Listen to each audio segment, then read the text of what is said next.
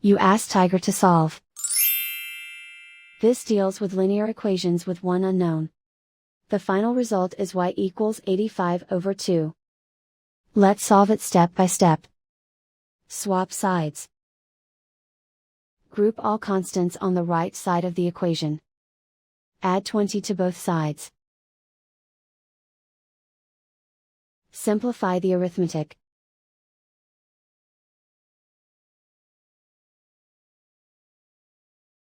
Isolate the y. Divide both sides by 4. Simplify the fraction. Find the greatest common factor of the numerator and denominator.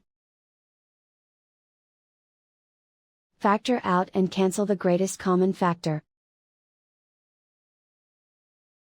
And so the final result is y equals 85/2.